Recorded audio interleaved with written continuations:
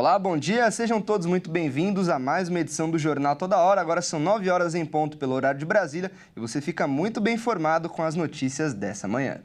E olha só, o presidente Luiz Inácio Lula da Silva afirmou que vai taxar os produtos dos Estados Unidos. E de acordo com Lula, a medida segue o princípio da reciprocidade. Isso porque o presidente Donald Trump vem exigindo um compromisso dos países do BRICS, entre eles o Brasil, para não substituir o dólar.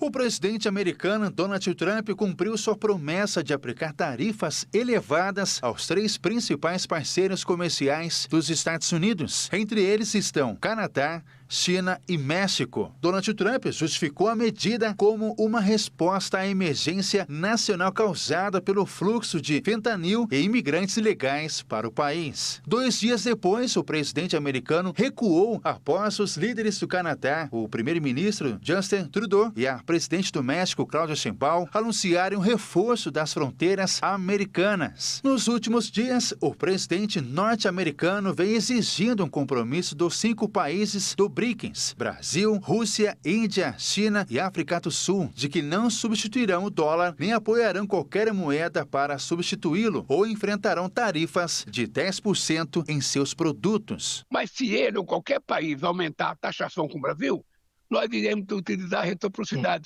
nós iremos taxar eles também. Eu estou vendo o comportamento dos Estados Unidos, já rompeu com a OMS, agora deixou de pagar não sei o quê. Ou seja, os Estados Unidos estão se isolando do mundo. E isso não é importante, nem para eles e nem para o mundo. É importante que a diplomacia volte a funcionar e que a gente restabeleça a harmonia. Como é que a gente vai prescindir de um país do tamanho da China? Como é que a gente vai prescindir de um país do tamanho da Índia? Como é que a gente vai prescindir de uma força como a Rússia? Como é que a gente vai prescindir do México? Como é que a gente vai prescindir dos países africanos? Então é o seguinte, é preciso bom senso para que o mundo dê certo. O presidente Lula ainda comentou a postura de Trump como um todo nesse início de governo. Para o brasileiro, o republicano está se utilizando de ameaça feita de um modo arrogante. Lula ainda acrescentou que não é o mundo que precisa dos Estados Unidos. Os Estados Unidos também precisam do mundo. Apesar das ameaças, até o momento o Brasil não está no centro do tarifaço de Donald Trump. E o alto comissário das Nações Unidas para os Direitos Humanos, Volker Turk, rejeitou a proposta de Donald Trump de assumir o controle de Gaza e destacou que qualquer transferência ou deportação forçada de um território ocupado é estritamente proibida. O chefe de direitos humanos da ONU, Volker Turk, insistiu nesta quarta-feira que deportar pessoas de territórios ocupados era estritamente proibido.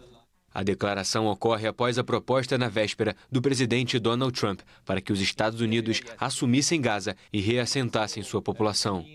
O alto comissário das Nações Unidas para os Direitos Humanos lembrou no comunicado que o direito à autodeterminação é um princípio fundamental e deve ser protegido por todos os Estados.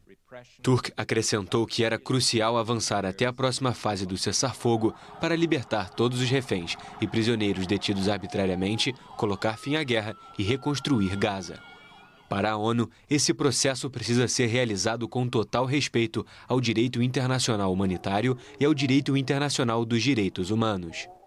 Trump lançou a proposta de ocupação na terça-feira em uma coletiva de imprensa em Washington com o primeiro-ministro israelense Benjamin Netanyahu.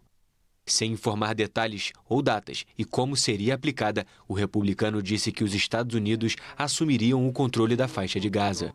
Ele sugeriu ainda que a ideia em longo prazo tornaria o território uma Riviera do Oriente Médio.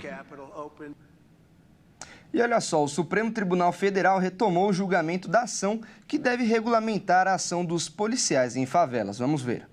O governador e o prefeito entendem que a atuação das forças de segurança está de acordo com os objetivos, que é eliminar a criminalidade. O governador até critica o poder judiciário. Ele afirmou que a ação judicial fortalece as 5 grandes instituições criminosas ligadas ao tráfico de drogas no estado. E segundo o prefeito, desde que a ação que está sendo julgada começou, passou a existir uma sensação de que a cidade do Rio de Janeiro é um resort do crime. Mas no processo que voltou a ser julgado, existe o reconhecimento de que aconteceram graves violações de direitos humanos nas operações de policiais em favelas do Rio, além de pedir medidas para reduzir a letalidade e garantir a justiça às vítimas. O relator, ministro Edson Fachin, respondeu o governador e o prefeito com números levantados pelo Ministério Público, que mostram que desde o início do processo em 2019, as mortes provocadas durante as ações policiais caíram pela metade depois do seu voto. A sessão foi suspensa pelo presidente do STF, Luiz Roberto Barroso, e o tema deve voltar a ser debatido em cerca de 3 semanas a 1 mês. E essa edição do Toda Hora fica por aqui. Eu agradeço demais a sua companhia. Às 10 horas em ponto eu volto com outras notícias. Até daqui a pouco.